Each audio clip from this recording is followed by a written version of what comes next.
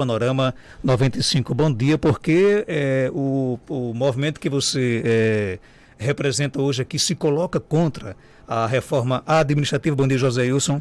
Bom dia, Marcos. Bom dia, Raquel. Bom dia a todos os ouvintes do seu programa. Marcos, o governo federal apresentou o que a gente chama de PEC, né, que é uma proposta de emenda constitucional, que é a PEC 32. Ela foi apresentada ainda no ano de 2020 e o governo vem fazendo uma propaganda muito bem feita, inclusive, enganando os atuais servidores, dizendo que os atuais servidores públicos em todas as esferas não serão afetados, mas serão sim, né, dados do próprio governo federal, do IPEA, e também um estudo realizado pela Comissão Mista Parlamentar em Defesa do Serviço Público do Congresso Nacional, apresentou vários pontos em que o texto que foi enviado ao Congresso Nacional para mudar a Constituição afeta os atuais servidores públicos. Por exemplo, eu vou citar alguns deles. Possibilita a perda do cargo público por simples decisão colegiada, sem o necessário trânsito julgado. Ele acaba com o regime jurídico único, né, no serviço público. Ele, inclusive, os cargos que são hoje nomeados, deve ser, por exemplo, a Universidade Federal do Rio Grande do Norte, o reitor, o diretor do centro, esses cargos são exclusivos de servidores, né, daquela instituição. A partir da proposta que foi encaminhada, eles deixarão de existir desse formato, passarão a ser nomeados através de decreto pelo presidente e poderá ser qualquer pessoa que inclusive não tem nem conhecimento na área. Então isso aí, pelas contas que foram feitas nesse estudo, possibilita o governo federal, os municípios e os estados a terem na sua mesa mais 1 milhão de cargos que eles estão chamando de lideranças. Muda o nome comissionado para cargos de lideranças a partir de então, se a proposta for aprovada como está. Isso é preocupante porque vai se tornar um balcão, né, o balcão que inclusive nós estamos vendo aí a realidade. Por exemplo, o ministro da Casa Civil deu uma declaração ontem, não sei se vocês tomaram conhecimento, dizendo que foi atropelado por um trem, né, com a nomeação que vai ser feita agora do líder do Centrão na Casa Civil. Então, a gente está vendo aí que são várias outras questões, além da reforma, da proposta de reforma administrativa, que nós não estamos chamando de reforma. Na verdade, isso é uma deforma, porque, por exemplo, o Estado aqui do Rio Grande do Norte tem a sua previdência própria. Os municípios, alguns deles têm, alguns municípios, inclusive aqui vizinhos, têm previdência própria. Na verdade, a proposta, ela praticamente acaba com a previdência própria, porque a partir do momento que eu mudo a Constituição para autorizar o privado vir para dentro do público, eu estou terceirizando, na verdade, o público, contratando cooperativas, por exemplo, para exercer a função da saúde, exercer funções na educação. Essas pessoas, elas não estarão no regime de previdência própria. Elas estarão no regime de previdência geral, até porque serão contratadas em regime de CLT. E eu contrato com um salário menor. Esses professores, por exemplo, não terão piso. Esses agentes de saúde não terão seu piso. Esses enfermeiros também não terão seu piso salarial. Então eu precarizo o serviço público e com isso também eu precarizo o atendimento às pessoas através do serviço público, terceirizando o serviço de modo geral. Agora, a quem interessa a reforma administrativa? As grandes empresas, né, que tem, eu estou falando de grandes, eu não estou falando de pequenas nem médias, as grandes empresas que têm interesse em fazer com que elas se instalem, utilizando inclusive a estrutura do serviço público. Então a proposta, inclusive, ela não foi elaborada para poder mudar, para poder modernizar o serviço público. Ela foi elaborada, inclusive, pelo Ministério da Economia. Não foi, o ministro, inclusive, que é o padrinho dessa proposta, desse texto, é o ministro Paulo Guedes. Então a gente está vendo que é um interesse de grandes empresas para poder utilizar o Estado e precarizar o serviço público. Com isso, muda radicalmente a Constituição nesse tema que é relacionado ao serviço público. Até a estabilidade, Marcos, só para você ter uma ideia, ela deixará de existir e só terá direito à estabilidade. No texto eles falam de que irá criar um cargo lá específico que eles vão criar para que esse cargo tenha direito à estabilidade através de lei complementar que terá até 2 anos após a aprovação da reforma para ser criado. Então, só para você ter uma ideia, o servidor público atual e os próximos, se a proposta for aprovada como está, nem a estabilidade terão direito mais. De acordo com a PEC, né, em uma das inovações, a estabilidade do serviço público ficará restrita a carreiras típicas de Estado, né? Uma lei complementar futura vai definir quais se enquadram nessa categoria e os entes federativos poderão regulamentar o tema posteriormente. Os profissionais das demais carreiras serão contratados por tempo indeterminado ou determinado. É isso, Raquel, né, que justamente traz uma certa, digamos assim, tensão, né, uma certa preocupação para o servidor público. Bom dia. Bom dia, Marcos. Bom dia, Joséildo. Bom dia a todos os ouvintes do Panorama 95 e a toda a região. Traz uma angústia muito grande para todos os servidores e para o setor público também, porque abre uma brecha e fragiliza mais ainda o serviço público, causando as terceirizações, e com essas terceirizações e esse setor privado fortalece o setor privado e usando a estrutura pública. E essas empresas, elas ficam isentas, né, por mais 20 anos de fazer investimento. Ela vai fazer investimento se ela quiser. Aí causa também, com as terceirizações, os trabalhadores começam a sofrer, porque essas empresas que são terceirizadas atrasam salários, não pagam os direitos dos trabalhadores. E aí a gente vê aqui no nosso estado, Natal, os servidores lá têm terceirização, faz mais de 1 mês que está sem receber salários. E essa angústia é de todos nós, porque isso também vai afetar não só os servidores públicos, mas o setor público e também a população. Porque essa PEC 32, ela no seu quadro, ela traz uma deformação na questão dos serviços públicos. Esses serviços vão ser reduzidos.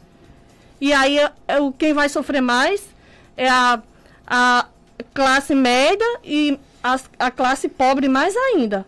Porque não vai ter um serviço de boa qualidade. Nós defendemos, sim, o servidor público e um serviço de boa qualidade que seja voltado para a população.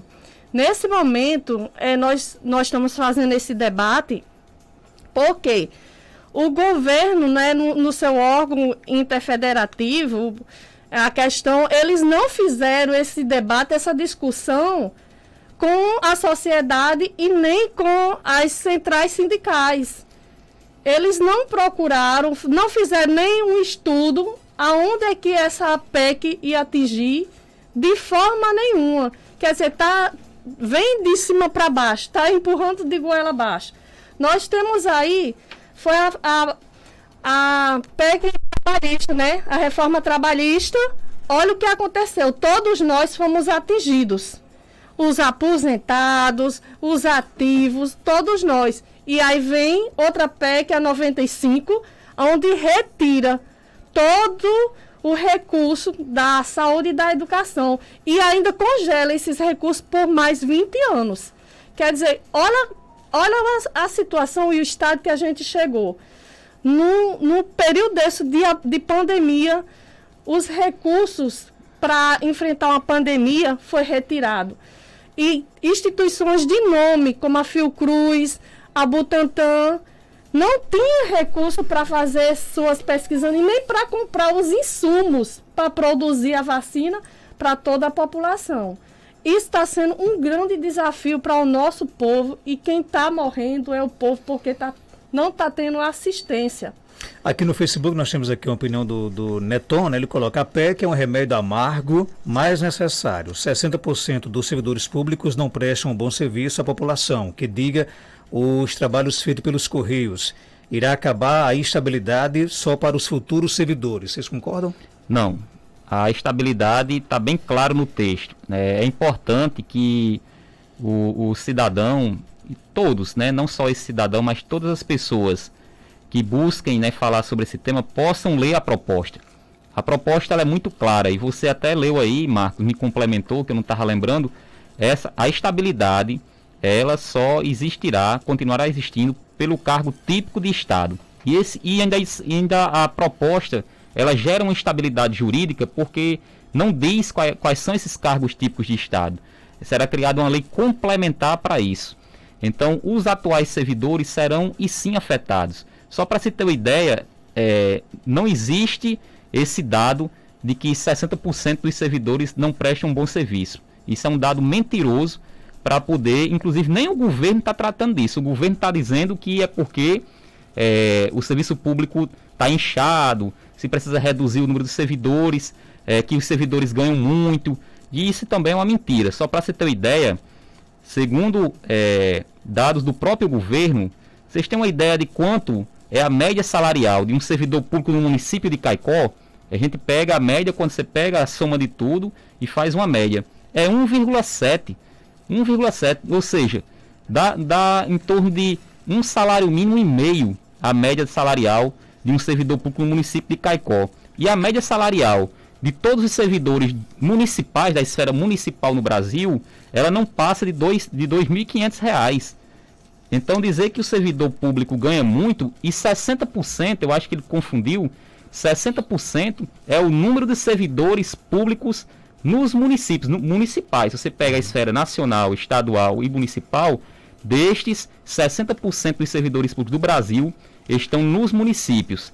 Então, e aí o governo pega dados dos servidores públicos federais, que de fato a média salarial é maior, né, que gira em torno de uma média salarial de R$5.000, para poder alegar que os servidores públicos ganham muito. E o Brasil, nós somos um país que estamos atrás em número de servidores públicos de países bem menores do que o nosso.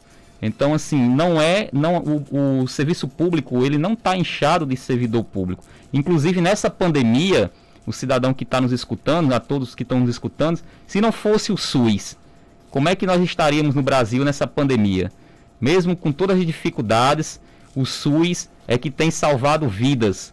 É o médico que está lá no hospital, é a estrutura do hospital público, é o enfermeiro, é o agente de saúde que está no seu bairro. São todos os profissionais de saúde que são servidores públicos. Inclusive, nós tivemos agora essa denúncia da compra de vacina, da forma que está sendo feita aí. Quem acompanha a imprensa, quem lê a internet, tem acompanhado. Se não fosse aquele servidor público que tem a sua estabilidade e que denunciou, como é que nós não estaríamos hoje? Então é o serviço público que tem garantido. E para concluir, os Correios teve um lucro em 2020, dados do governo federal, de R$1 bilhão. R$1 bilhão, segundo o governo federal, os Correios tiveram de lucro em 2020. Então a privatização dos Correios não é porque está dando prejuízo. A privatização dos Correios é para precarizar ainda mais o atendimento às pessoas. Só para contribuir aqui com o debate, estou aqui inclusive com a reportagem aqui do portal da Câmara dos Deputados, que tem como fonte inclusive o Ministério da Economia, e de acordo com a notícia, a vigência ela seria apenas para os que ingressarem após a aprovação das novas regras. Então, a notícia que deixa bem claro que essa reforma, no caso, ela seria aí para quem fosse, no caso, para quem ingressasse no serviço público após a aplicação das novas regras. O que dá a entender, como disse aqui o nosso ouvinte, de que quem já está no serviço público não vai ser aí supostamente penalizado, né? Isso é a propaganda que eu falei, a propaganda enganosa do governo federal. Ora, se eu posso, inclusive, Marcos, a partir do momento que o governo federal, através de decreto, ele pode extinguir as funções ou cargos em todas as esferas, seja o município, o estado ou o governo federal, a PEC autoriza isso, eu posso demitir, inclusive, eu posso reduzir a jornada de trabalho do servidor público com redução de salário. Eu posso, a partir daí, o município, no caso, poderá, ou o estado, ou o governo federal, ele poderá, inclusive, tem um artigo, o artigo 41, lá na proposta, ele diz que pode ser demitido o servidor público sem uma decisão transitada e julgada. O atual servidor pode ser demitido por um colegiado sem ter uma decisão transitada e julgada. E, além disso, ele faculta aos estados e municípios e o governo federal reduzir salário, reduzindo, inclusive, triênios, quinquênios, e assim sucessivamente. O terço de férias, no caso, vou dar um exemplo prático do município de Caicó. O professor no município de Caicó, ele tem direito a 45 dias de férias. 30 dias após o término do ano letivo e 15 dias de recesso no meio do ano, que isso é caracterizado como férias. Então, a partir de então, nenhum servidor público e nenhuma esfera terá direito a mais de 30 dias de férias. Como é que não afeta os servidores públicos atuais? Então, esse discurso é um discurso para poder fazer com que o servidor público atual fique em casa assistindo o desmonte do serviço público. O nosso ouvinte Danilo Bezerra coloca o seguinte aqui no nosso WhatsApp: o salário dos terceirizados de Natal está atrasado por culpa da prefeitura que não faz o pagamento em dia. Isso vale também para as cooperativas médicas. É o feedback aqui dos nossos ouvintes, né? Abraço, Danilo. Obrigado pela sua participação e sua audiência. Em outro trecho aqui da PEC, diz o seguinte: as formas de ingresso no serviço público serão os concursos e as seleções simplificadas, estas para vagas por tempo determinado.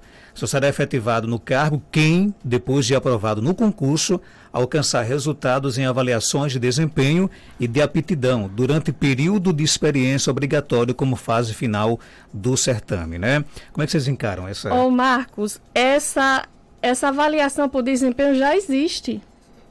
Isso nessa PEC é totalmente descabida, porque já existe essa avaliação de desempenho dos servidores. O estágio probatório. Exatamente, o estágio probatório também já existe. O que está nessa PEC não vai ter mais concurso público e não vai ser um concurso público leal, né, de você fazer a concorrência. Vai ser mais cabides de emprego, vai ser abre as porteiras, vai fortalecer mais os executivos, que eles vão colocar quem eles quiserem, vai fortalecer o padrinhamento. Isso não existe. A gente, olha, população, a gente tem que buscar mais informação. Vamos lá no Senado. Tem como é que está tramitando essa PEC. E a gente tem que buscar em fontes o que é que está acontecendo. A gente tem que participar do debate para a gente entender quem vai ser afetado nisso tudo. Porque vai ser os servidores, o serviço público, vai reduzir todos os serviços. A gente já não tem mais. Retiraram os recursos da educação, da saúde e vai retirar mais ainda. Não vai renovar o quadro funcional dos servidores, vai ser terceirizados e aí não vai ser um serviço de boa qualidade. No lugar de fortalecer esse serviço, para que esse serviço seja de boa qualidade para a população, não. Pelo contrário. Quer entregar o setor público para o setor privado.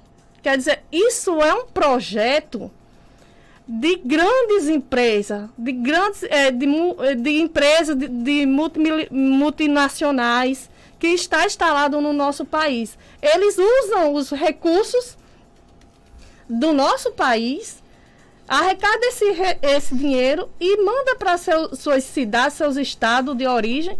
E a gente, a população, é quem está pagando essa conta. Quando a gente faz em bens de consumo, o feijão que a gente está pagando R$10, a água, a luz que foi privatizada a Petrobras agora, o gás, né? E aí o que é que acontece? Cada vez mais quem está pagando essa conta não fecha. Porque quem paga mais impostos nesse país é a classe média e a classe pobre. São os trabalhadores que estão sofrendo, que estão sendo sangrados nesse país.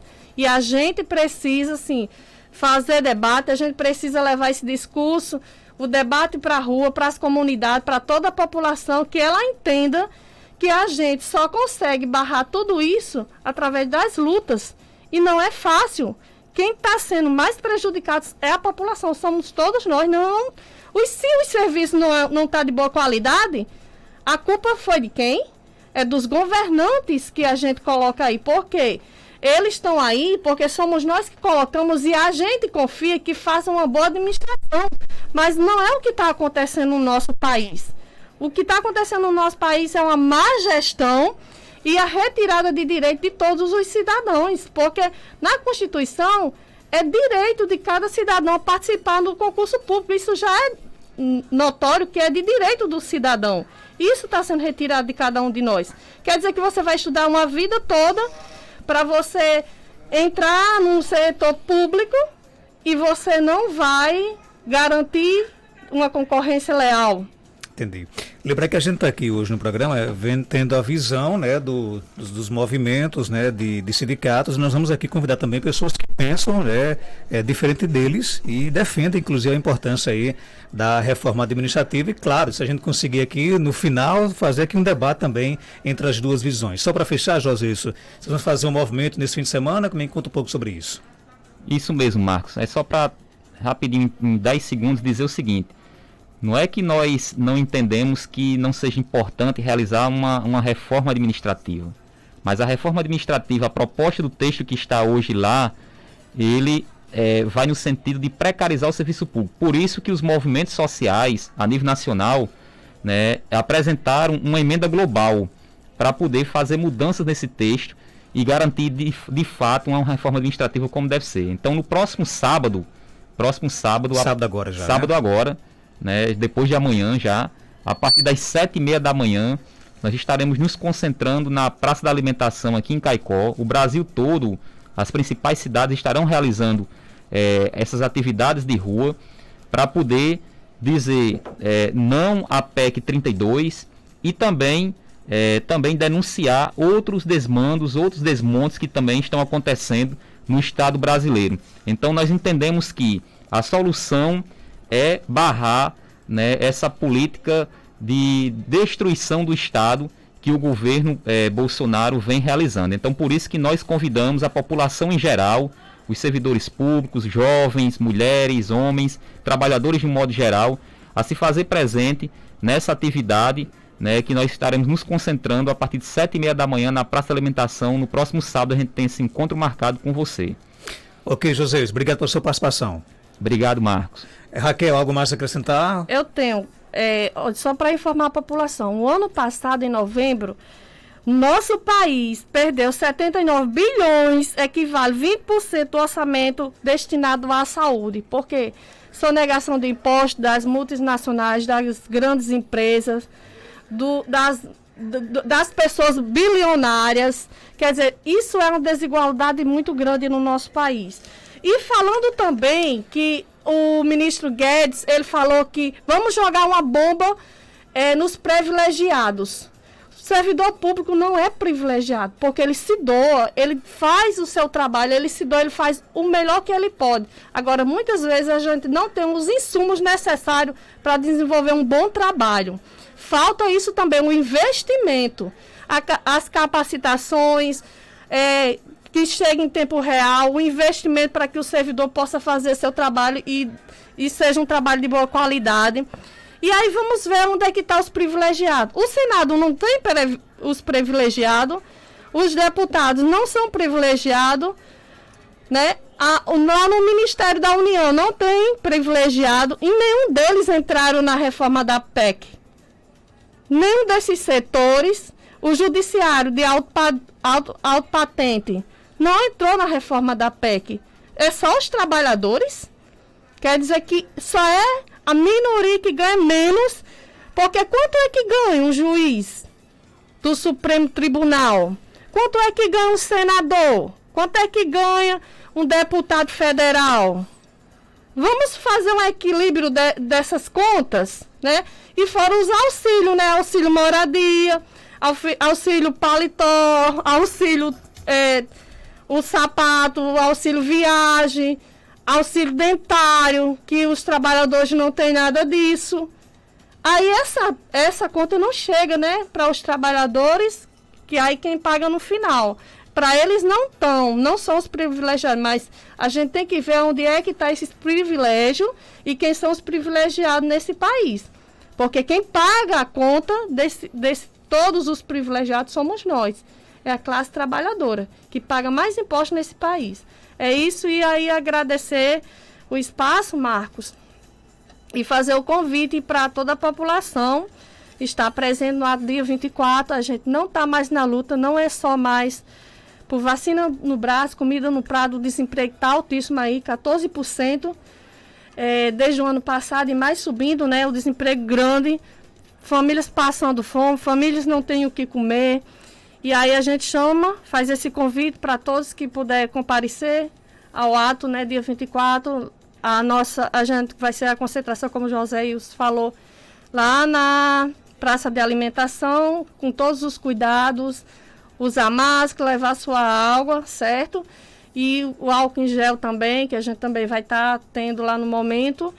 E fica aqui o agradecimento e só o que eu tenho a dizer, população, a gente tem que se acordar. Tem que acordar e a gente tem que começar a reivindicar nossos direitos de verdade. Porque não dá mais para a gente continuar aí. 500 mil de pessoas morrendo aí. A gente já tem 500 mil de pessoas. É muita gente. Por um governo que é fascista, misógino, é um governo que brinca com a vida das pessoas. E a gente não pode permitir isso, que a vida das pessoas não tem valor nenhum. Todas as vidas importam e a gente luta por isso.